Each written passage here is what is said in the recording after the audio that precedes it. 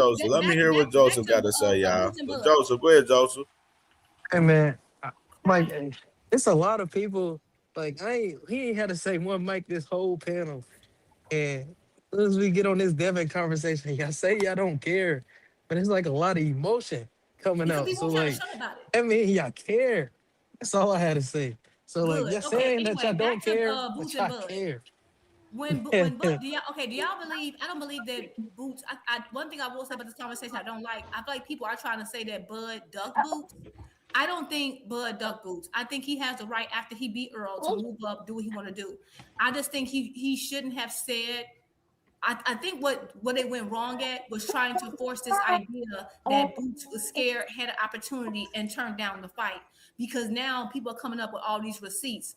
I think that it just makes Bud look a little insecure a little bit. Like, I don't want people to. I do think he think that that's a hard fight, and for whatever reason, I think he thought that if they can make it seem like Boots duck, they would get off his back about Boots. But now, looking at hindsight, That's not what happened. Now I feel like people are even more curious about it because they're seeing Boots like his last fight and they're comparing their styles. And I think it just kind of backfired. And I think if it wasn't for that, we wouldn't have. I don't think he would have went that hard in that interview. And y'all scared the fight might happen, right? Nah, So hold that's on, why hold on, y'all hold on, hold on. Freak, I got a question. y'all afraid the fight might happen, so that terrifies y'all. I got a question for No, Freak. no. Let me Oh say my this. How God, about bro. this though? On Friday, even Scared, further nigga. with Boots beating Xander.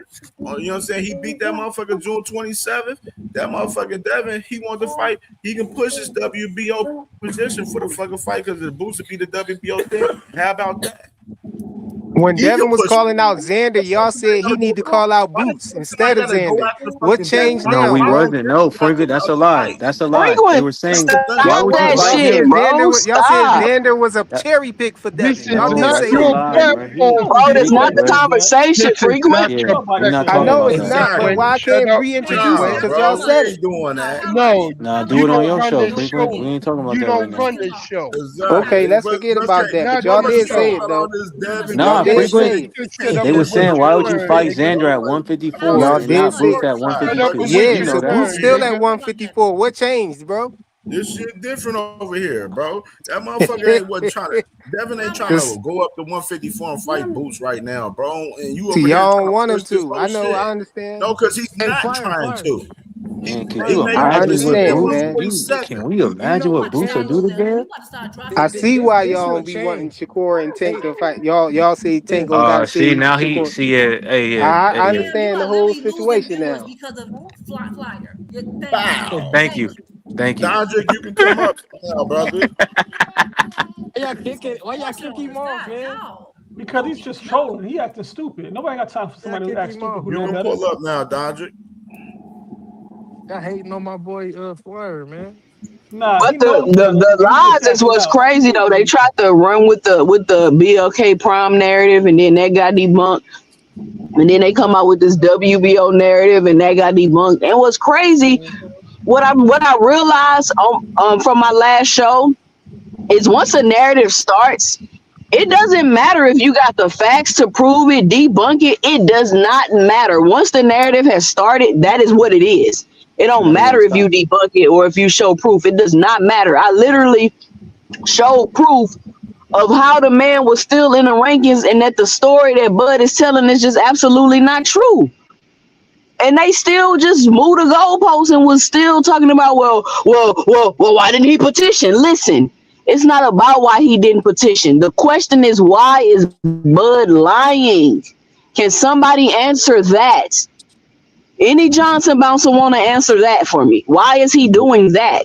Why is he trying to make it seem something that it is not? That is my question that I cannot seem to get answered. Cause that nigga scared. That I man got an fan answer Is it for shit. these is it a niggas. You already lie? I know. got an answer for these Is it a niggas. Fuck lie it. or You know what I'm is it a saying? Like lie to ain't nobody you? else That's saying my nothing. I question. don't think he was Is The it a saying. nigga lie or scared. what, Joe? I You don't think he cannot I was said, think saying. is what it it a is, but in a lie or man's is it a world, lie to in a man's you? world, if this was my brother, he'd be shaming me right now. If you Nah, sit it here was talking facts. It was shit from video. retirement. I If this get is what you. my son, and you retired to talk shit about somebody you could have fought, I'm gonna be disappointed in my son. I can't even say the type of discipline is gonna come upon him if he was acting like this. You know, plain and simple. If you anybody that's close to him, if you're a male, this shit makes you look soft. There's no other way to look at it. I'm saying, like, yo, if you willing to say that you'll slap that man, then nigga, all bets is off. You know what I'm saying? Now you need to go see him, plain and simple. Because if you feel like you can slap a man, then you feel like you could beat him anyway around the board. That's how I feel. Anybody I can slap, I ain't got no respect for. That Okay, means I ain't gonna Yeah, put the Bud sweat known for equity of slapping beating you the niggas fuck though. up. but the He ain't the comment about first nigga he slapping, said I he feel had like slapped. I feel like that was very And Bud done got very slapped. So I mean, it's all equal. vague. I don't think he didn't say I would slap Boots. He was just saying people can't talk to me and play with me like. Well, I don't think nobody was playing with. I don't think he Yeah. was talking just I very. mean, but yeah, that's the thing. You like when you haven't been in this position before, a prestige, you act out when everybody don't treat you like the groupies that's around you. Only those niggas, like, bro, you the toughest nigga in Nebraska. You know what I'm saying? It's more cows than it is niggas in Nebraska. Like, plain and simple. Like what the fuck are we talking about, bro? And that's But what these now you man fans exposing the act rest of like the world, it's a groupies, different man. standard. Now that you Nasty. expose to the rest of the world, it's a different standard, plain and simple, bro. And He you said got to it's more show and cows prove. The than black only people. way that you could prove that you're tougher than somebody in a sport like boxing is by getting there and beating them the fuck up. You can't go to another division or I'm into hearing a lot of retirement and groupies for talk Boots about right them now. That's what and I'm say that you're hearing. I better ain't than gonna lie. somebody. Bunch of men being groupies for boxers, man. Shit is Fuck out of here, disgusting, man. man. I'm telling you, man, it's And this disgusting. is why you shouldn't leave a lot of meat on the bone. I think this wouldn't happen if, like, I just think at the end of the day, he decided, which again, great career, right? Accolades. But I think I said on 2 Cent channel yesterday, accolades are great, but you get like, I don't think like Floyd does his thing with his little, exhibitions.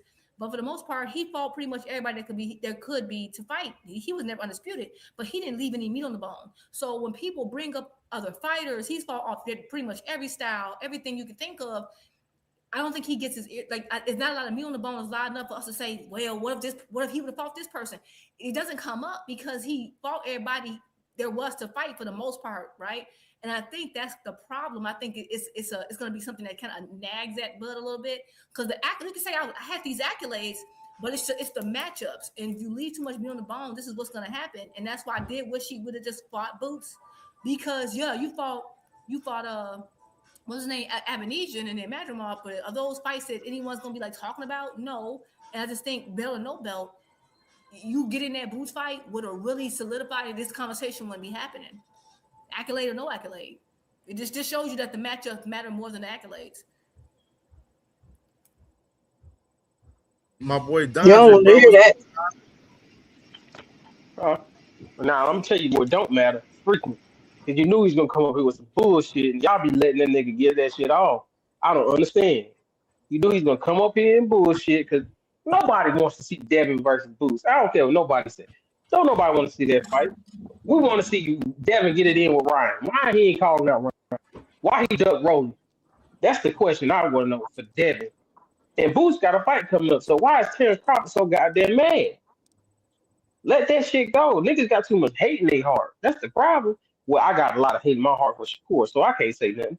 I hate that nigga too. But deal. But yeah, that's cool right there. So I understand where the hate comes from, but god dang, be logical with your hate. You know what I'm saying? Like Devin's not gonna call Boots out because if his dad thought he could win, he would be like, yeah, we want Boots next, right now. We want him next. You didn't hear that, did you? Mm-hmm. Nope. You hold on. Bill didn't answer one question in that whole interview. Absolutely. And I don't understand why people ain't catch that. I listened to the whole interview. I said, is this thing gonna answer a question that they asked him? He always asks He never answered a question. He always asks your question with another question. Dondrick, So all these Hanos fans do is see Bill talking and they get goosebumps and giggling like little girls. Nigga, it's nasty work. Nigga, they don't care about answering questions, man. It's because family member. They professional dick riders, man. For real. Shit is crazy, man. But Joe, this is my whole thing about this whole, and I hate talking about Devin and Bill because they're not.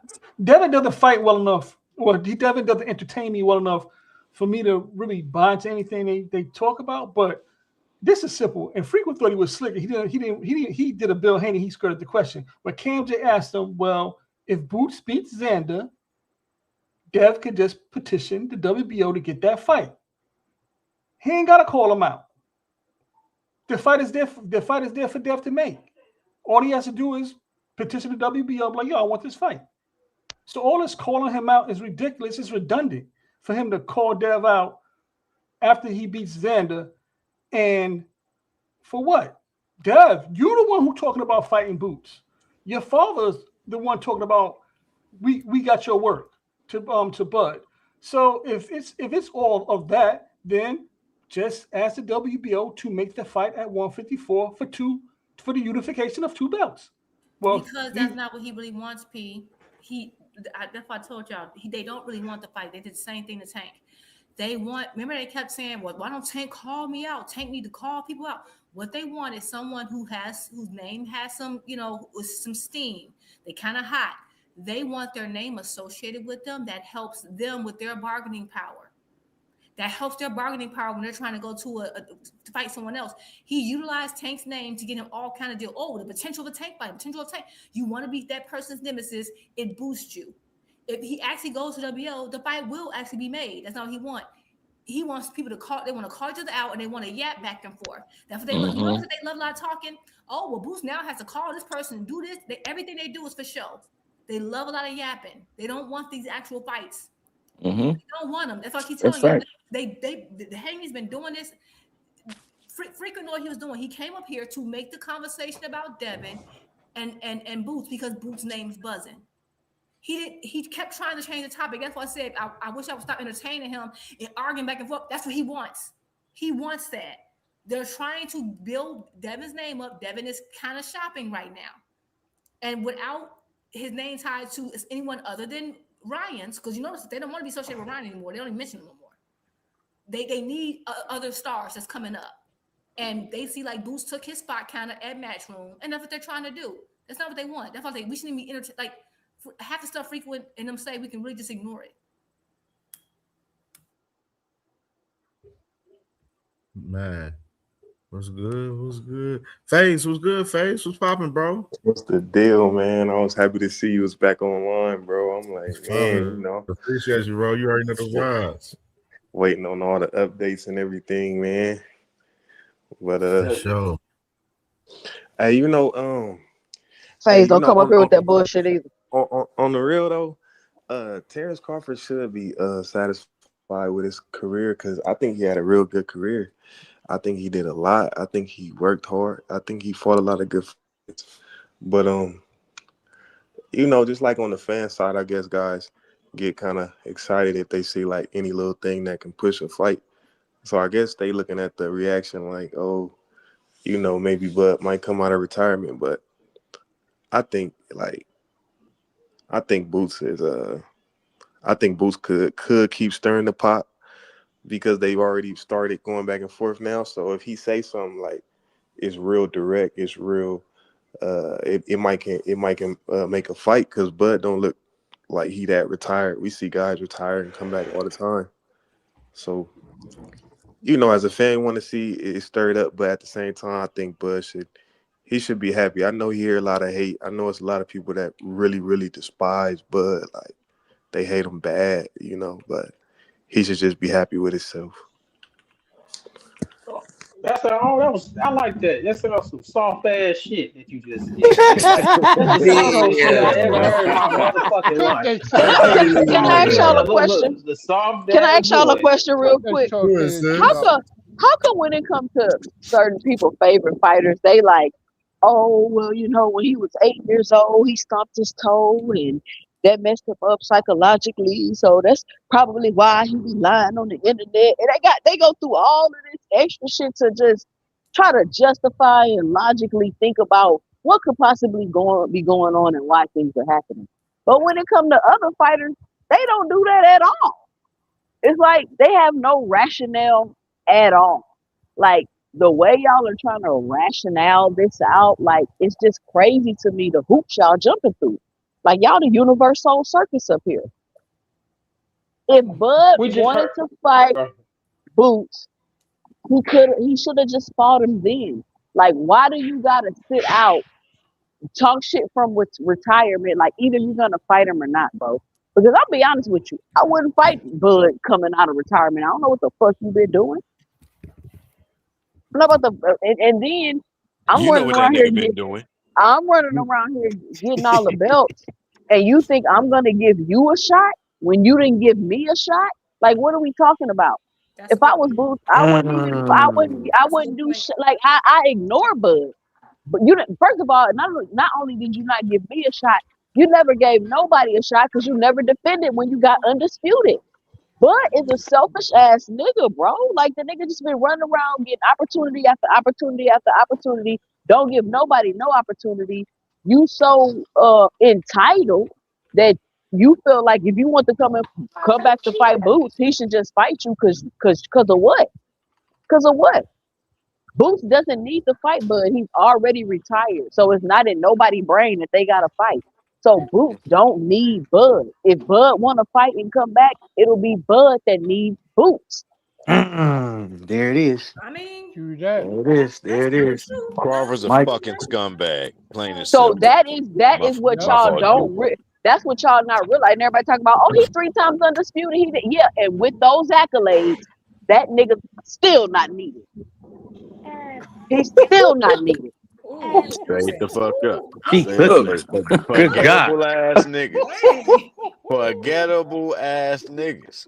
I think he was And forgettable. Shakur, I promise you He he's about to forgettable. be. Yeah, he Like is. right now. Like I think he does. Yeah, I yeah. think something about why you gotta Boots that talk gets so under much? his skin. It is something about Boots that gets under his skin, but FaZe is right. He should be happy with his career. He said he was happy with his career. It's just it's not coming off like that in that last interview. And he's been doing a lot of way more interviews than what he did when he was active. And so when he's doing these interviews, it's like, you know, it does feel like, I don't know, it's like it's something about it irritating him because he's like, man, that young, I'm retired. That wish that young man the best, but no, I'd beat him. But it's all good. Hope he had blah blah blah. The fact that he was so angry, of course, Boo's gonna say, "I'm gonna beat." You know, like when Canelo gave Bud an opportunity, Bud didn't say, oh, "I'm so grateful for this opportunity. I'm just gonna do my best." No, he said he's gonna beat Canelo. He said he's gonna beat Canelo, right? And so if you supposed to think that's how you're supposed to think of yourself. I don't think Booth anything disrespectful, but I agree with 2 Cent. He's right. Like people like Spence was a bigger name, he gave him opportunity. Canelo was a bigger name, it gave him opportunity. He's gotten opportunities, but he has not given an opportunity to anyone else. You know, like you know, at that level, right? And that's fine. He's fine with that. I'm not. That's his personal choice. He ain't got to do nothing. But my thing, and then just like. He can respond how he wants, but it do look like you feel a certain way. And I agree. Boots don't need to respond and say nothing. I wouldn't care. That man's retired. Move on because you got so many other great fights in your way. Like think about 154 right now, all those names. And then like he really got some smoke that can really be big names. He need to get through this next fight. Do not be distracted. Worried about Bill Haney and Bud what Bud got to say. They trying to distract you. I think you know, Juke, that's one of the things that's probably the only guy that somebody could say that Bud didn't fight, and it's just I got a people lot of need people. people need something. What? FaZe, bro, what? Plenty of guys that Bud didn't fight. What is you talking But I about? think Bud knows It's a lot of Boots guys everybody didn't fight though. Not a lot, no. I mean, not like him. No, you're crazy. Man, it's Who like didn't Earl 60 Spence niggas fight? Bud Who got didn't fought. Earl Spence fight, babe? Earl had a good run. Earl and Porter fought. Like that whole welterweight. Yeah, they fought everybody. See how they talk about Earl? Earl don't even talk about Bud like that. Everybody. Spence had fought That's everybody. because he with the You know he a PBC. Right. No, it's because about who we fought. It's about who we fought. Hold on. I'm tired of niggas saying it's because he with the PBC. That's not the reason, nigga. It's his fault for signing back. Why the fuck he signed back with Top Rank when he knew he couldn't get the fight before? Then after he went back, guess what? He still didn't get the motherfucking fight. Hey, so it's his but I they told him to come over there. They said, come on over here. I'm saying what's Earl Spence's best win? I'm saying what's Earl Spence's best win? I'm saying I think we're not about to do this, bro. Yeah, we're not finna do this, bro. That nigga was not about to go to PBC without Victor Conte, y'all. He was waiting until Conte came through, man. So it go from who's Earl best win to Victor Conte. It's always somewhere, but I guess he needs to tune that shit out and do his thing. If Boots end up having a better career and not my Bud Boots over Bud, then that's good. Shit, not my Bud. He is, and it's gonna be great. It's gonna be glorious. Hey, I can't wait to see it, dog. I can't wait. If he does, I can't wait to see it, dog. FaZe. Yeah. Do you think if Boots goes on an undisputed run at 154, you think that'll be more respected and remembered than Bud's resume? Oh yeah, because you know Boots got the right fan base behind him. You know, so. But look at the fighters he got. Like no, because it's gonna be the condition of his competition, bro. Beating people in their prime at their best. And man, listen, thank you. That's real legacy, my nigga. That's real. And honestly, people don't remember belts; they remember who you fought, bud. Come on, I bro. hear you, Brody, but I'm talking more than about two we talking about champions. Fundora and we talking about Xander. Yeah, Fundora, nigga, that Bud Duck, my nigga. Like, if Boots fights 2 or more champions every time, he'd be over Bud in that regard alone because he got all his belts off of one fight, especially after. So y'all like he only boxing had one historians, belt. like y'all remember He only had one belt and all of that. Y'all remember all of that? Remember what? Was that? What was the question? What was the question? So like when you all the greatest fights that's ever happened. Y'all remember the Yeah. belts and all of that No, the no, fighters he were never. fighting for? Like, Well, no, No, it's always the it ain't. I'm not matchup. saying nothing about the belts at all. I'm Remember the saying that matchups. was Like considered one of the biggest that's why build-ups ever. Floyd will always be okay. remembered because he was never undisputed, but he had so many good matchups. They got so much great replay value. I watch him all the time and like, man, Floyd was something. Like I remember back when he beat Diego Corrales.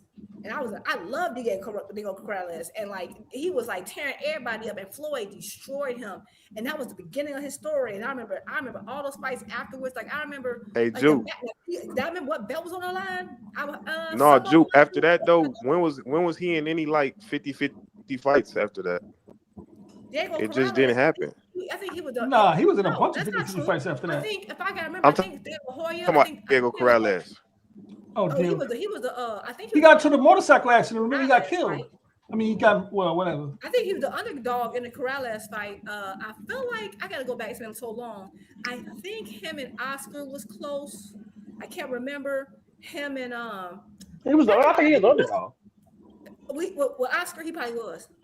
No, he said Corrales. He didn't say. He said Corrales. He was Corrales. definitely the underdog. He was definitely. Everybody thought he was gonna get whooped in that Corrales fight, and Corrales was super long range. Come on, hey FaZe, man. I know you ain't watched no boxing because the Castillo fight, that fight to remember was after Floyd. What are you talking about? No 50-50 fights after Floyd, bro. Yeah, he had a lot of.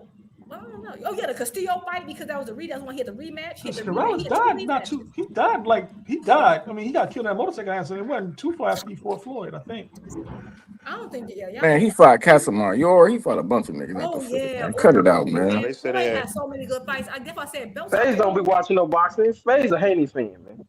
Oh. No, FaZe watched boxing, but Floyd was the favorite in that fight against Corrales. But it's all right. I ain't Back when I was there, and let me shut up. Okay.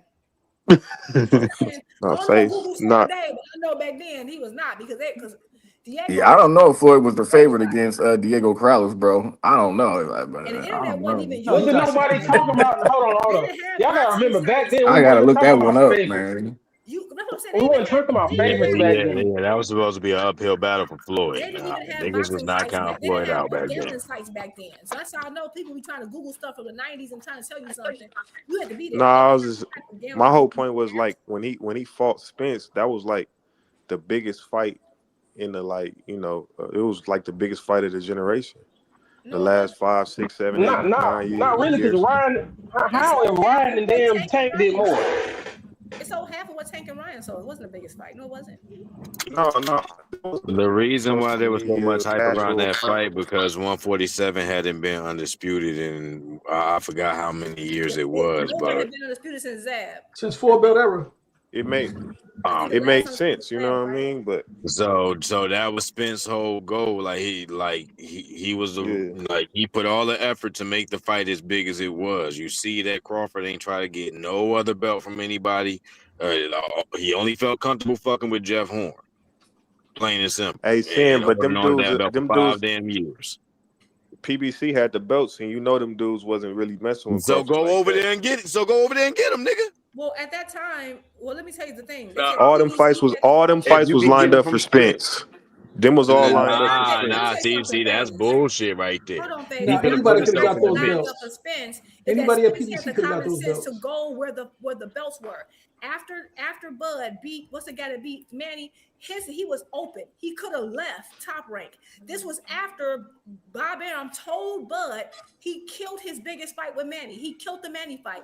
He took away the one fight that would have put Bud on another level. He would have been ace out over Spence. Had Arum did what he was supposed to do. And what did Bud do? Re-signed with Arum, knowing he had no welterweight signed over there. So it's not that it was lined up for Spence. Spence knew to go to the place where the people in his division was at. Bud didn't.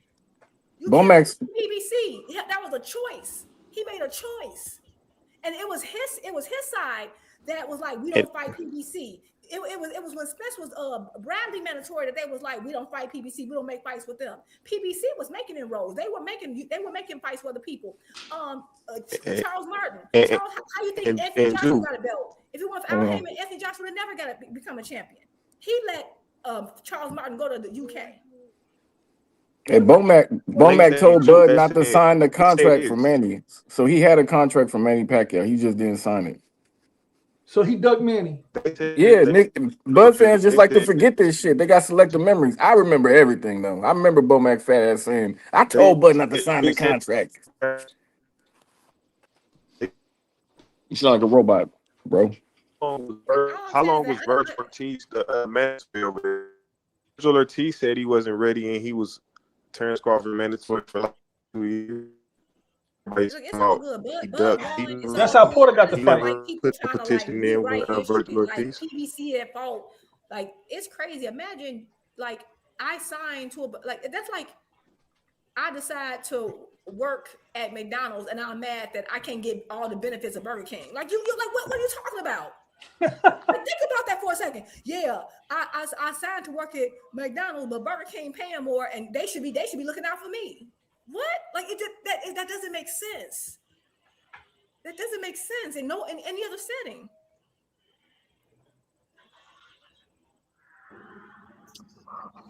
Hey, man. Bud a bitch, plain and simple. And he's just showing it. He just showing it. You know, the more time, I'm just, this is literally, I've been saying this shit for years.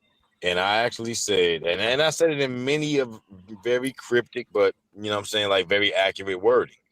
You know, as far as he was going to crumble underneath the pressure of attempting to be great because he was not going to live up to the obligations of a champion. Plain and simple. He's going to look for an easy way out and still try to ask, you know, basically still try to demand some respect that he was never really willing to earn. So he should have sat his dumb ass out and not said nothing about nobody because now it's going to be a lot of pressure put on him.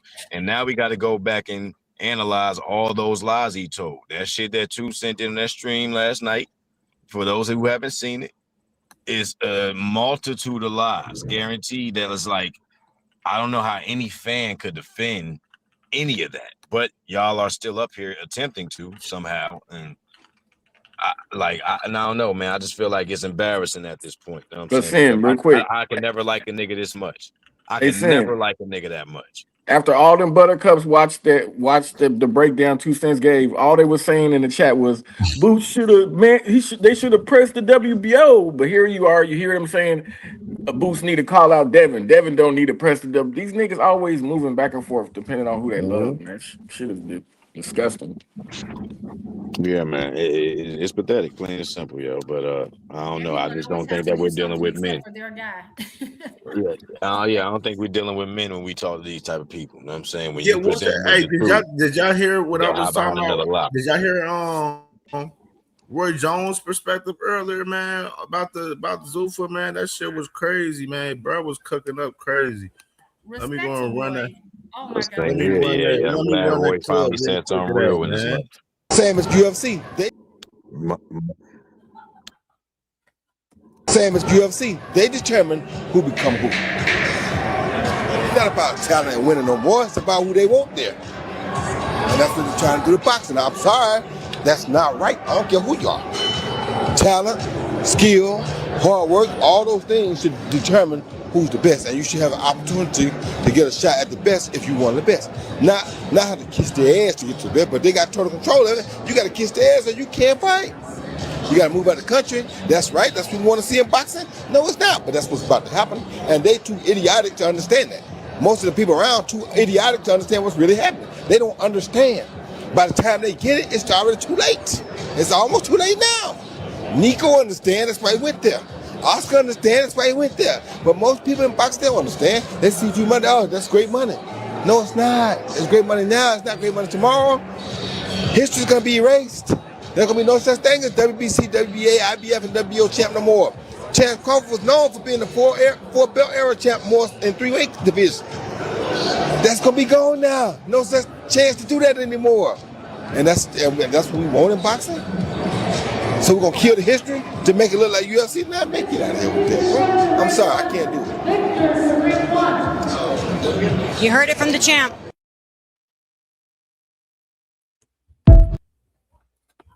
Yeah, I wanted to get my sister 2 cents opinion on that from Roy, man. Sis, let me know what you think about what Roy says, sis.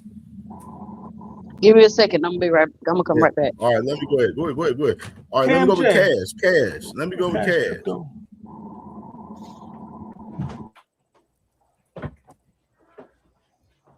Cash, you there? Or he busy doing something? Would be more. Damn, what the hell? Everybody sleep? Nah, Cash. I mean, Cam. You know what I think of it? T-Cent was about to say something. Oh, that's Be More. No, go ahead, Be More. Then go ahead, P Hunter after Be More. Go ahead, Be More. This is what I gotta say, man. Yo, for the longest time, Roy Jones, since he got hooked up with Andre the Hypocrite Ward and that B-side boxing connection over there at Ring Magazine and on Andre Ward's show and being at the Ring Awards and all of that bullshit, he was going along with whatever the fuck they were saying. Now he finally realized that these the motherfuckers who trying to take over and fuck up boxing and trying to fuck over more boxers. When him being a retired boxer himself is seeing the trials and tribulations that many of the boxers of his era and the time before him are going through. Gerald McCullum and all of these other boxers who been having these problems. So now he like, hold up. He coming to the realization. Roy, welcome back to the barbecue. I got some ribs for you whenever you're ready. Because now he see Zuffa, Turkey, the same damn people. I don't understand why he didn't see this from the beginning. I don't know. The check was big. You know what I mean? That's the reason why I believe. The check was nice and big, and he was like, okay, I'll capitulate at this time just because I got bills to pay. But then it get to a point where it's though I believe, boy, like I can't take this shit no more. I can't. I can't take it no more. Be More And bully. You seen how fucked up Gerald McCullen is right now too. yeah, you know what I mean? Yeah. Yeah, I seen him and his wife like doing interviews, and I seen the whole thing when she's helping them out around the house, and I'm like, man, come on, that's heartbreaking. He don't even remember his boxing career. They put him in a fight that he shouldn't have been in, and then they let it go further in than what it should have been stopped. It's man. See, that's the thing about boxing, and I'm saying this, and I said it on T Cent channel, and I said it that they also I said it on Jab's channel. I was like, look, I'm a boxing fan. I grew up watching boxing with my father. I grew up during the time of Ali. You know what I mean? As a young kid, watching Ali, my idol, watching Ali. I would sit down, I watch ESPN fights, and I would watch all of those old documentaries on all the old fighters, Joe Lewis to from Joe Lewis, Jack Johnson, to all of these brothers who went in the ring and fought against these like. But anyway, got to see all of this and how all of this shit adversely, especially the criminal aspects of boxing, them threatening to kill boxers' wives, kids, their family, put them in jail like they did a hurricane. I'm like, yo, they want to see boxing go back to the point where there will be no more black superstars who are financially stable to take care of themselves. Just when we got the Muhammad Ali Act, that helps a lot, but there's a lot more that could have been done. So if anything, what they should have did was improve the Muhammad Ali Act to make sure that these sanctioning body fees go to where they supposed to go to help who they are supposed to help. And also to strengthen the health care for these boxers who are coming now within this era to finally do completely what the act was supposed to do from the beginning. And now Roy Jones had an epiphany and the light turned on, or he got to the point that he couldn't take hearing or seeing this bullshit no more. Especially as more and more of the Zuffa contracts is exposed. It only protects Zuffa. It doesn't do anything for the boxer. Once you get that lump sum payment, that signing bonus, most of these cats are going to run through that shit. They're not going to save anything. They're not going to put nothing in the bank. They're not going to invest none of that. The first thing they running out to try to do is get them a Maybach. And that's they understand the psychology of us when we're in our ignorant state. So they know what they're going to go out and do when we get our money. So they like, now we got them. Yeah. And Dana sitting back like, yeah, now I got him. Yeah, the interview when they asked them about Shakur and Devin the Gump Haney being signed to Zuffa Boxing, the first thing that came out of his mouth, he's like, well, I won't say anything about that right now, but what I will say is by the end of 2026, everybody will be with Zuffa Boxing. Excuse me? You know, that's a complete egomaniac. So now Roy Jones is like, you know what, yo? Nah, man. Nah. And I wanna go ahead and say welcome back to the cookout, Roy. You know what I mean? Start just saying fuck that. You know what I mean? Go ahead and put the motherfuckers Man. in the place whenever they open up their mouth. Hey, we still got that nigga at the gate, though. You know what I'm saying? You got to double pat that nigga and got to make sure that he ain't going to jump back to the other side. I don't trust Roy all the way like that. But I'll use his assistance. I'll use his assistance in the matter as far as it can go, you know. But Roy been on some What you think bullshit about what he for a long said, time. Sam? What you think about Roy's take on Zuffa right there, man? Oh, I love that take. I absolutely love that take on Zuffa. I wish it was it almost seemed like it's a little too late. You know, I wish that motherfuckers was more vocal. I wish people like him in his position in particular were more vocal from the jump.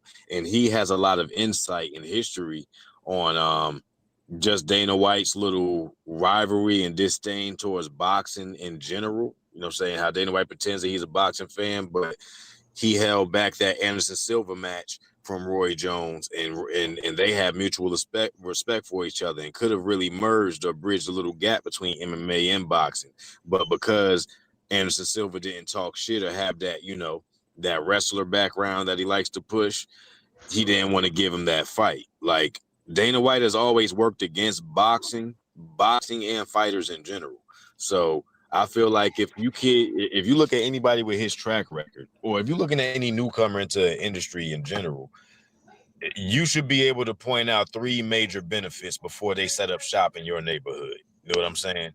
And the fact that we can't point out just any major glaring benefit that these motherfuckers are bringing to the table for the sport, especially with his track record, like, he definitely should have something to show for it. And if he don't have that, then there's no way possible that we should be welcoming that motherfucker over here by any means. But people love to learn the hard way, man. You know what I'm saying? I wish that more fighters, more retired fighters and respected fighters like Roy get as vocal as he is about this shit, you know, because Dana White ain't no good for the sport, man. For any sport, not even his own shit. No, so And UFC going down in flames. And now you're gonna come over here and going down in flames. Do the same shit. Like, nah, fuck out of here, dog. Fuck out of here. All these big head, small hat motherfuckers want to come set up shop in every industry and fuck everything up everywhere we go. Cancel that shit, man. Let me get your opinion For on real. this. What y'all, man? Let me get y'all thoughts. Lomachenko coming back, man. Oh, well, you know what that is. Hold on, before Can I? that, 2 Cents came back. Let get 2 Cents' opinion on Roy. I wanted to hear her opinion on Roy. I mean, that's not the first time Roy has said something. If you go check my catalog on my channel, I got another video on Roy talking about this. And I mean, it is what it is, Cam. Like ever since Turkey has came into boxing, I've been telling people what it is. I've been telling people what the agenda was, and it's not even what my idea of the agenda was. They literally wrote it out in a plan for 2030. Cam, literally, it's in black and white what their plan was for the sport of boxing. And then you got Zuffa coming in, and y'all keep saying it's just more boxing. But if it's just more boxing, why are you changing legislation? Oh, well, they changing the legislation just so they can have their own belt. But like, did y'all listen to the hearing and all of the things that they said? Do y'all know who Dana White is? Do y'all know that TKO is a publicly traded company? Do y'all know that the whole thing is to make money for the executives and the shareholders and the corporate? Anything you turn anything corporate, it's no longer quote unquote for the people or the quote unquote employees. It's all bottom lines and numbers. So Dana White thinks he's so smart because he feel like he has a plan, like he's done at UFC, to take the revenue out of boxing from the fighters, managers, all those middle people, and keep it at the top with executives and shareholders. So for everything y'all think is going to happen is going to be the opposite. Like y'all think fighters are going, oh, all those low level fighters that wasn't making a whole bunch of money, now they can go over to Zuffa and make money. Well, how much are they going to be making, and is it going to be worth relative to the effort and how many fights and all this other stuff they're going to have to do in order to get that money, right? I don't think nobody's thinking about that. And I mean, I don't got time to argue with people about it no more. You either know Dana White, you either know his history, you either know his business philosophy. People don't typically change their business philosophy. So whatever his business philosophy was at the UFC is probably going to be the same in boxing, because when you talk to them, they feel like the UFC was uberly successful. And who are them? The executives. But when you talk to the fighters at the UFC, they don't feel that way. I just seen a video of a UFC fighter, literally, I think this past weekend, calling out Dana White because Dana White still ain't paid him his bonus.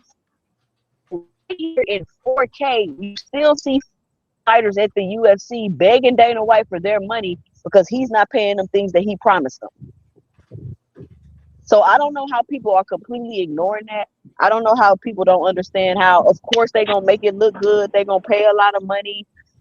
The propaganda is so trash, for real. I don't even know how people falling for it. And if it's true that these people that they're saying are going over to Zuffa, but they're not really going to Zuffa, like they're not going to be fighting in the COVID stadium, they're not going to be wearing the uniforms, they're probably going to be fighting on Netflix and all of this other stuff, that is very deceiving. And I think that once everything comes out and we see what's really going on, all the fighters that participated in that deceit, they really need to be criticized for that. Because I don't care how much money they got paid, that's not cool. It's not cool at all. And so I think Roy is spot on. I don't know why do people think Roy don't know what he's talking about or what? I don't know. When they ask Dana White these questions when he does interviews, he never denies anything. All he does is deflect. Go back and watch Dana White in press conferences when they ask him questions about the Ali Act and the fighter pay and all of that stuff. He never denies. All he does is call people stupid and deflect. That's all he ever does. So that's Sound all like frequent flyer. about that. But I wanted to speak about this Lomachenko situation real quick. As soon as, first of all, I am not going to believe it till Lomachenko says he's coming back. Second of all, I've seen a lot of people excited that Lomachenko was coming back. So if Lomachenko comes back and fight Tank, I don't want to hear he came out of retirement, because right now people are excited about Loma coming back to boxing. They're excited. They're wondering who's his next opponent gonna be and who he's gonna fight. So, with that being said, if Tank is his next opponent, I don't want to hear all the excuses rolling out because everybody's excited that the Matrix is back. You feel what I'm saying? So I just want to say that real quick about Loma before the narratives started running out of control. Yeah, what y'all think about Lomachenko being back, y'all? If it's true, then the internet about to break in about 2 days.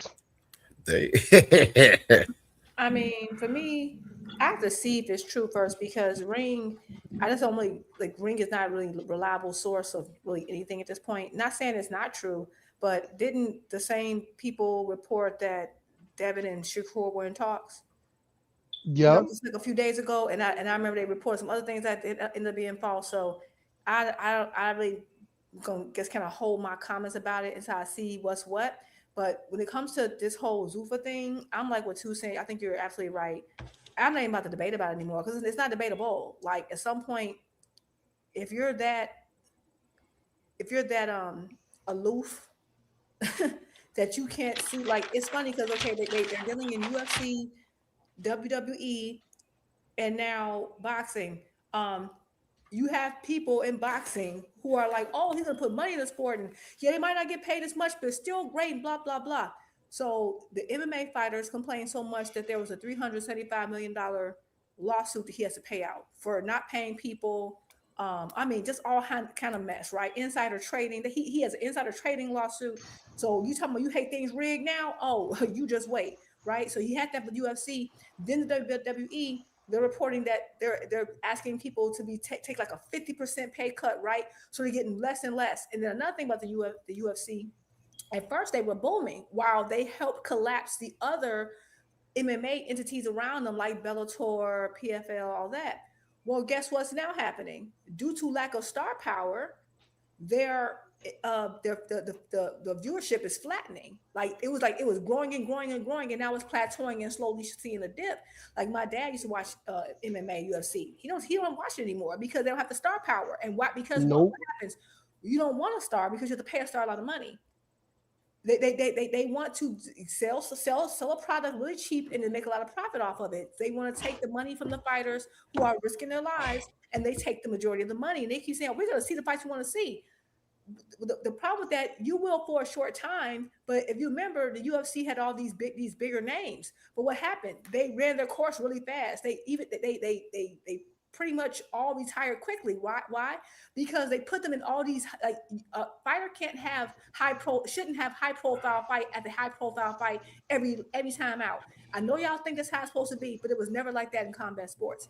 You literally wither them down to a bone, and their careers don't last as long. That's why these MMA fighters, these stars, they're in and out such a short time frame. And now you have no more stars, and now people don't even want to go to it. And think about it. UFC people were coming to boxing to make money. What Dana's trying to do is destroy that alternative so you can't run to another alternative. Remember, they were all leaving, coming to boxing for a payday. He's trying to destroy that option for them. And then you have people who I know are millionaires and billionaires like, oh, but it's great. You know, like they're advocating for something to happen to people that they wouldn't want to happen to themselves. If we did that to your company and told you to risk your life, but get way less money, you wouldn't be rooting for it. So anybody who's rooting for it, I think it goes beyond just sports, like being a fan. I start to question your integrity a little bit because like that's like something's not right with you as a person when you're like, yeah, let's let these people risk and give all the suits the money, right? It's crazy. But that's just I do. I question their integrity, but that's pretty much what he's doing. He cut off that path. You know, he cut off that path. He was and looking at that when we were me and Tuesday were reading, they're talking about like, oh, if you're injured, they can just end your career. Like, you know, they have so many ways to just cut you off and prevent you from taking your name and talents and making money in any other arena. And that's terrifying. Mm-hmm. So yeah, he just entered that pipeline. But if that's what they like, fine. You know, I think by the time people figure it out, it's gonna be too late. But all I want to say is if you fight for Zuffa, I'm not taking no call outs for them seriously. I don't even think boxing channel. I think boxing channels also need to split. There needs to be the Zuffa channels and the actual boxing channels because it's a league. It's separate. It's a separate entity. We don't have MMA and boxing at the same time. No, Zuffa is completely different.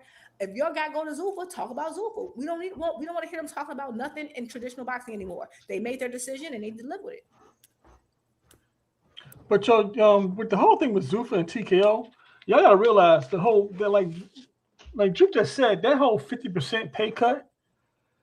Yeah, they are in. I think they're in what happened was when TKO bought everybody, WW, all the entertainment, combat entertainment things, they are like $4 billion in debt, right? And that's mainly because they did buy WWE, they did buy old boy Dana White. They bought all that stuff, so they had to fork over that cash. So they also got to make up that cash. And if Zuffa's kind of different because it's two people investing in Zuffa. Basically, you got TKO and you got Turkey. So their money may be a little bit different than the rest of TKO. So they may rely on Turkey more than they rely on TKO. But you also got to put this in perspective. With Turkey, Saudi Arabia's at war right now, not at war, but they got to watch their pennies because Iran is over there doing whatever they feel like doing right now. So Turkey may not want to open the bag up like he was opening up before. So you have Turkey may not be giving you much money. Zuffa, they got that $500 million from Paramount, but and that's good money. But I don't know all the production costs and all that stuff, so I can't really say how much it's going to cost in expensive outside the fighters. But then you also got that $4 billion debt that TKO got to deal with, so they have to make money. Yep. They have to make money. Because you can't hold. I mean, you can hold debt for a long time in corporations, and I think the last time I looked at the stock, it was like $180 something, which kind of blew my mind. I was like, damn, I didn't know it was that much. But you have all these things working, so it all measures out to cost, to basically cutting costs as they can, and trying to chisel out this debt. Because I don't know anything about the UFC, so I don't know how the US is, how the UFC popular or anything like that, because I don't watch it. My son watches it, but I don't. So can UFC save it? WWE may be able to save it because WWE is just straight up entertainment. It doesn't have any real real grudge. I mean, they have grudge matches and stuff like that, but it's purely entertainment. It's nothing real to the combat, so to say. So it's time will tell what TKO will do, because TKO can easily be like, you know what, all right, we're gonna cut ties with Zuffa, or Turkey, you're gonna have to buy us out because we can't help y'all no more. So it's gonna be interesting to see what Zuffa does. And like you also said, I think Zuffa is going to deal with their fighters. Turkey is going to deal with the big money fighters. And I think that's how they may try to do it. I'm not 100% sure, but if I was a betting man, I think that's how it's going to be. So let's say Dev or Shakur goes over there. That's going to be a Turkey thing more than a TKO thing, because TKO, again, they got to work off that debt. So, but we'll see.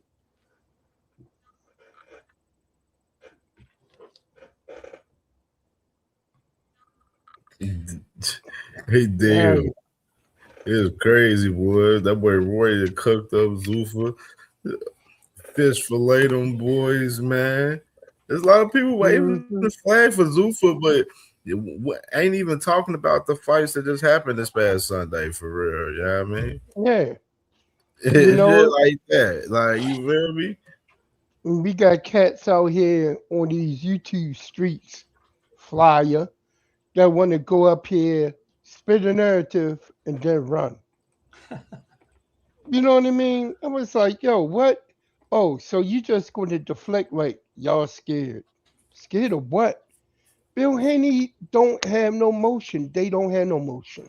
That's why they get paid to come jump up on here on our platforms when we having intelligent boxing discussions.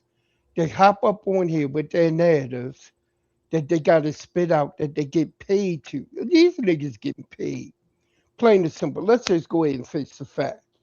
They getting paid to come on panels and distract and redirect whatever is being said.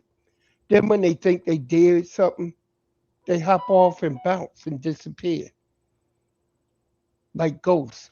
They sit up in the chat under different user profiles, you know what I mean?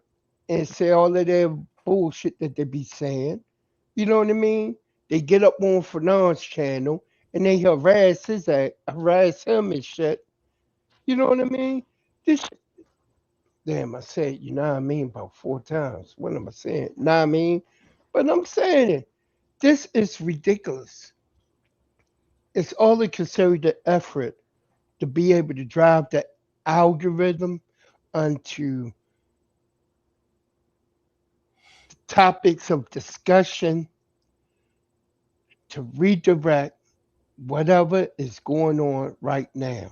And what's going on right now is they want to distract Boots and sabotage him. So they want to come out and they go ahead and do it with Bud talking all of this. Hold on 1 second. So they go ahead and they do it with this little skit that Bill put together. You know what I mean?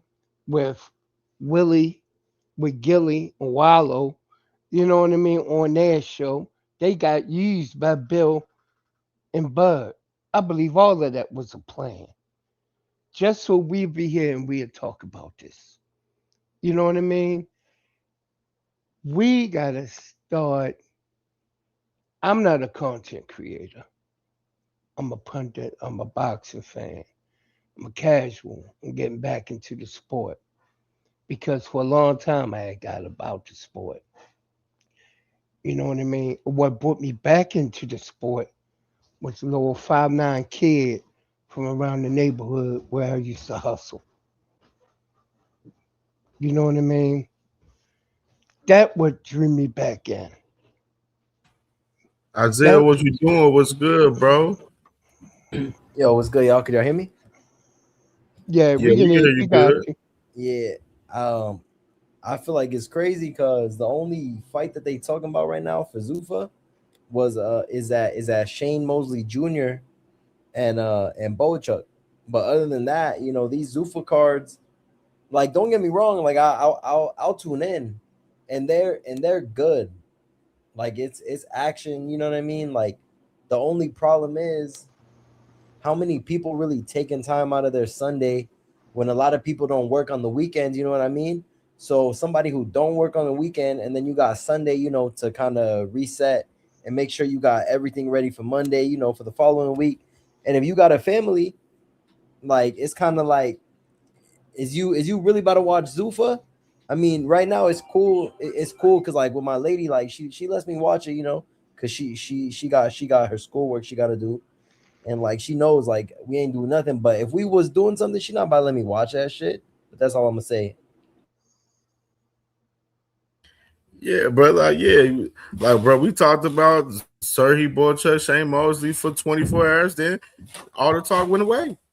You know what I'm saying? For everybody, bro. Motherfuckers don't be talking and watching Zuffa like that, bro. As much as they be saying that shit, bro. That's real shit. Now, they do not be watching these fights, man. What hold on, let me get y'all opinion. What y'all think about Keyshawn this week, man? What y'all think about Keyshawn, man? For going into this week.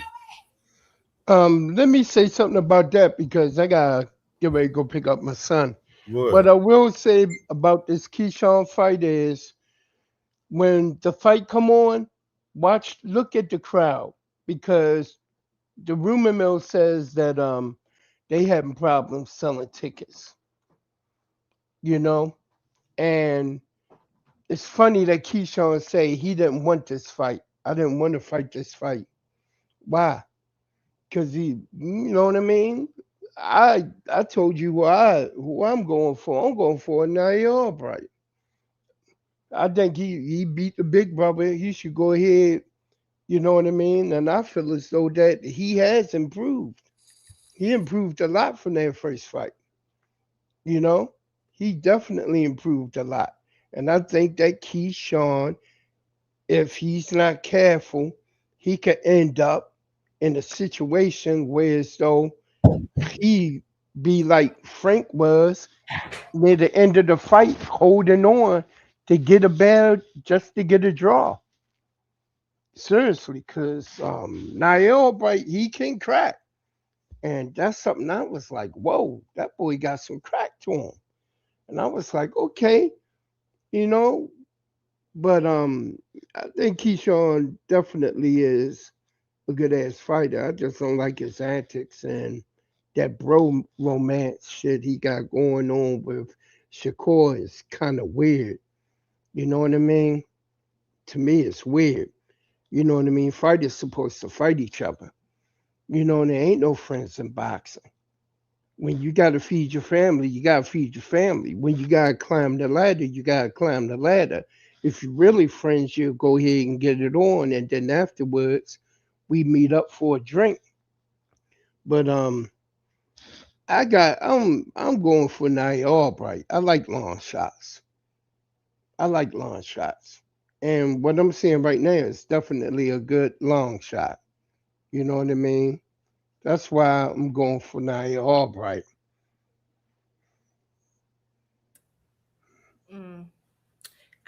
I don't know. I mean, you know what?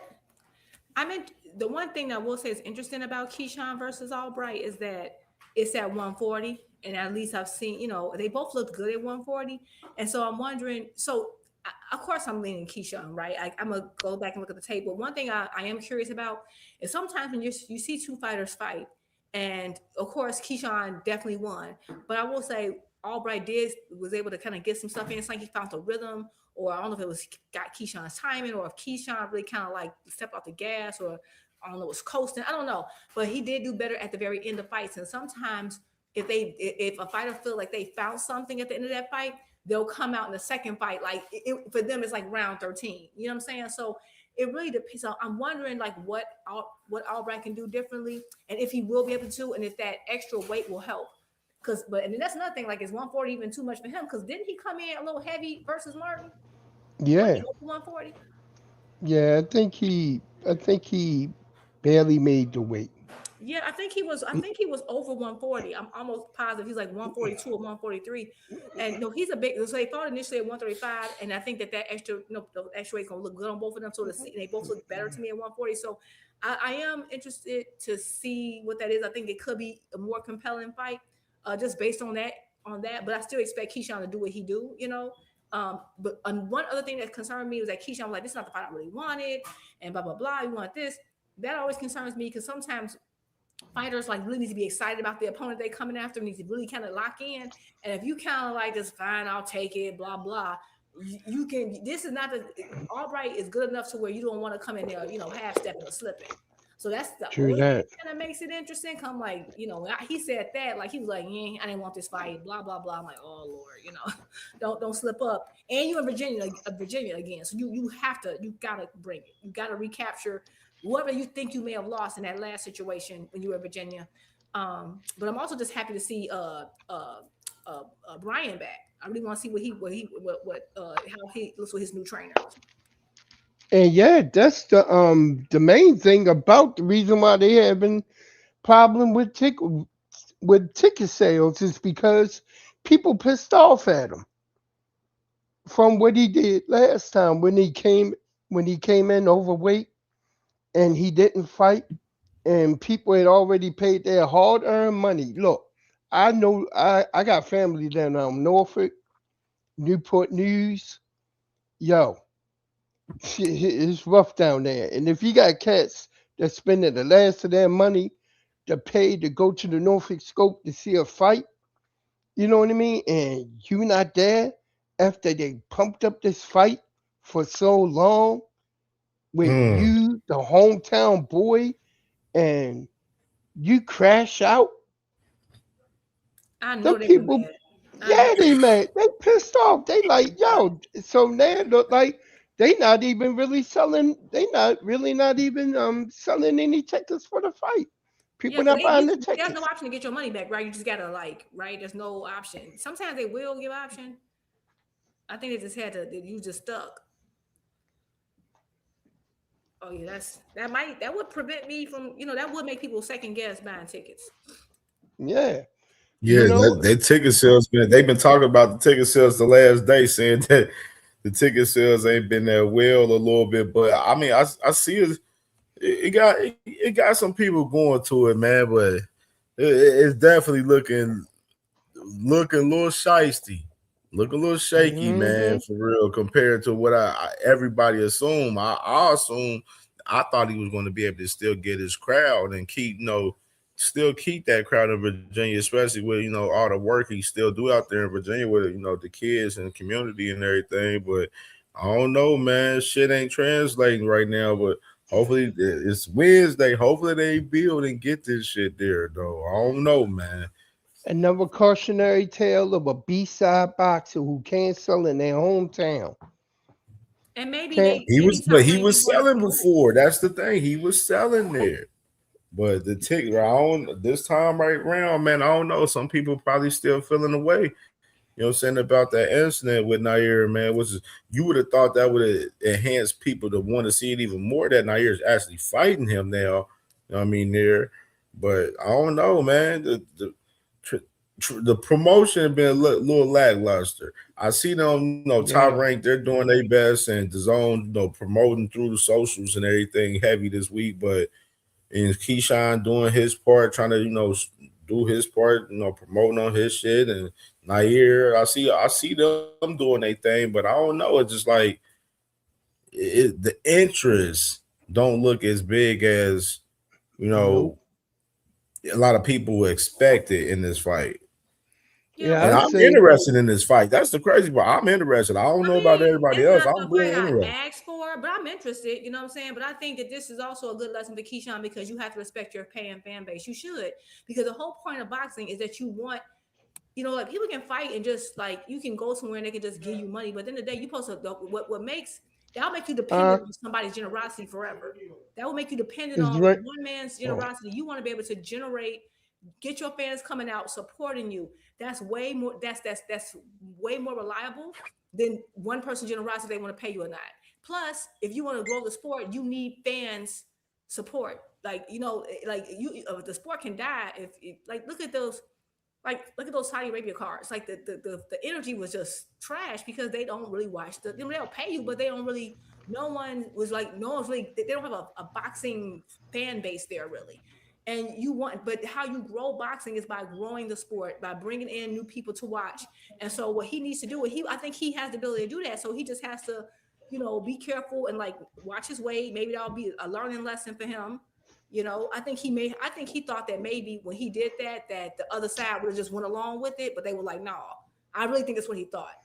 I think he thought that he's gonna be able to, get that extra weight off and keep it moving. So hopefully this is a learning lesson and it won't happen again. And he puts on a great performance. It's the great pullover hoodie. Oh, my bad, y'all. My bad, Juke. For sure, man. Salute to y'all, man. I'm about to go ahead and close it out, family. Salute to y'all. Appreciate you, Jupe, and be more bully. So salute. All right, man. Peace and blessings, y'all. And y'all have a good evening. I know y'all about to go over the KOs, so I'll be listening in the truck until I get back home. What I mean? Sure. I may get back on there, later on. But man, this is big good cook, you know what I mean? But Flyer, he out of pocket, yo. You don't come to somebody else's house and just whip out and piss on the floor. You know what I mean? Seriously, yo. That nigga, for real? Nasty work. No knowledge.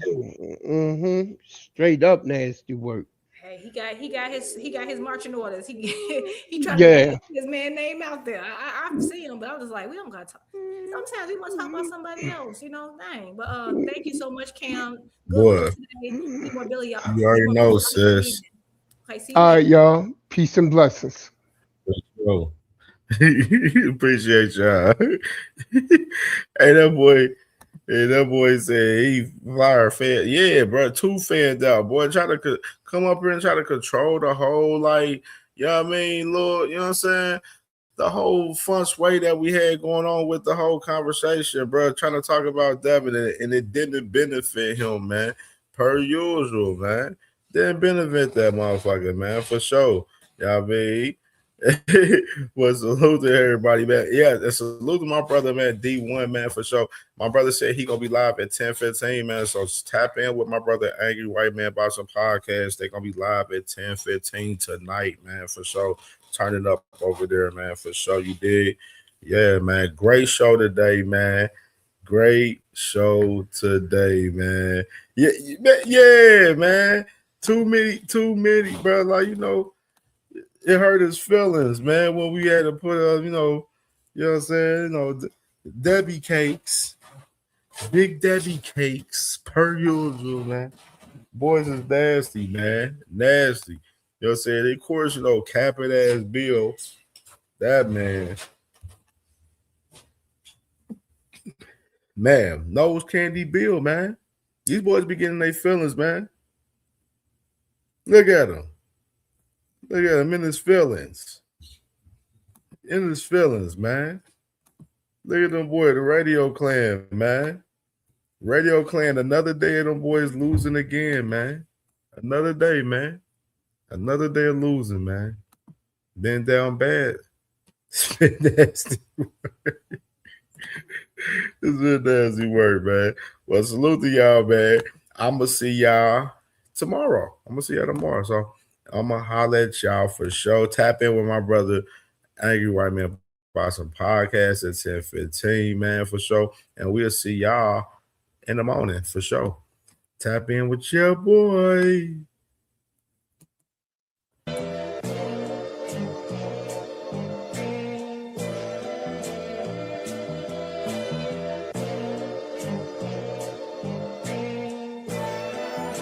All my life I had to be patient. Like Meek Millie, I was dream chasing. Finger to the law when I see haters. Oh, the feeling when you tell your niggas we made it. Ooh, baby. Ooh, baby. Ooh, baby. Ooh, baby. It's showtime like Kareem Lakers. I make a masterpiece, scene basic. No Meek Millie, but I'm dream chasing. Took the shortcut like Anita Baker. I want the bright lights that you see in Vegas. I need a big house with like 3 basements. Drop an M on the whip, think I'm speed racing. Don't know if it's the Transformer or the Green Ranger. My nigga Mac got the beat banging. Young nigga selling crack as a teenager. Had fiends playing baseball out here free basing. Had me showing off the rings like a Freemason. My mama gone, but I keep pacing. Trying to keep it all together like I need braces. Family calling when they need favors. When I was broke, they was acting like complete strangers. All my life I had to be patient. Like Meek Millie, I was dream chasing. Finger to the law when I see haters. Oh, the feeling when you tell your niggas we made it. Ooh, baby. Ooh, baby. Ooh, baby. Ooh, baby. Rest in peace, the Neppy was the street savior. Got my credit right now, I need acres. Gotta turn your dirty money into clean paper. Trying to own a franchise without a key player. I go through hoes like I weave laces. Tree blazers, let they mama noodles be flavored. Meat takers that be acting like the D sacred. You bust in, you would think they on their knees praying. Then I slide like a screensaver. When I'm done, make some scrambled eggs, cheese bacon. Then it's on to the next, I ain't a speed dater.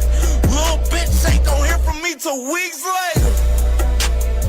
I don't see no things changing. Kids still dodging bullets like they seen Matrix. These young niggas really need saving, but OGs won't teach them that the street's dangerous. All my life I had to be patient. Like Meek Millie, I was dream chasing.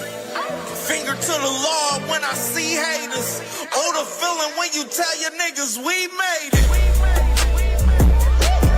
Ooh, baby. Man, Shacker, why you telling people we gonna fight? Chill, you know I ain't trying to fight you, brother. I fooled the media to avoid Rolly, Ryan Croker, and now you want to call me out. How could you do this? Truthfully, since Tank has been out the game, nobody cares about me. I just wanted some attention. We left 135 because it was too hot. We were already ready to go to 40, and now you want to do the same thing at 47? This is Debo division, y'all dig? Take a chill pill, Bill. I don't want to fight anybody. If it was up to me, I would just make everyone my boxing brother to protect my O. I already called out everyone in my division, Rolly, Ryan, and Croker, but I just do that to stay relevant. I don't really want to fight them. That's why I was scared when I saw the media talk about us fighting. Guys, we don't have to do this. All I ever wanted was my son to be like Tank. I taught Dev to fool the media. Please don't fight my son. Let's team up against Tank Davis instead. Dev, please sign it. We can keep pretending we'll fight, but I want you to be my boxing brother. Do it, Dev. I don't want to see you fight Ryan or Raleigh. You'll get knocked the fuck out again. I couldn't sleep on 420. Haunts me. I can't imagine. Man, what's up with this meeting? Why are we here? Guys, I have brought you here today to propose my plan. I don't like to lose. This is my plan to prevent all of us from losing. Let's pretend we are brothers. We won't have to fight each other. I made a contract to make sure we all agree to not fight each other. Nah, each other. Yo, that's a good idea. Let's do it. But Shakur, we are in the same division. What will we do if we're forced to fight? Listen, I will get all of the belts for us. You tell everyone you don't care about the belts. That way, no one can force us to fight, brother. But Shaka, what if I outgrow my division and I have to move up to yours? Listen, little Ray Ray, when I move up, you move up. And come train at my gym so that we will never fight. What about us, Shakur? We are both champions at 140. Gary, tell him you want to fight me last. When the time comes, I will move divisions, little bro. Shakur, what about when you move up? I don't want to fight you, bro. Richardson, sign to Zuffa so that we won't fight. Before you sign, call me out so that it is not suspicious. Now sign the contract to be boxing brothers. Why they want me here so bad? We are not friends. Man, I'm going after all of y'all. There's no friends in boxing, clowns. Abdullah, no, please. I won't let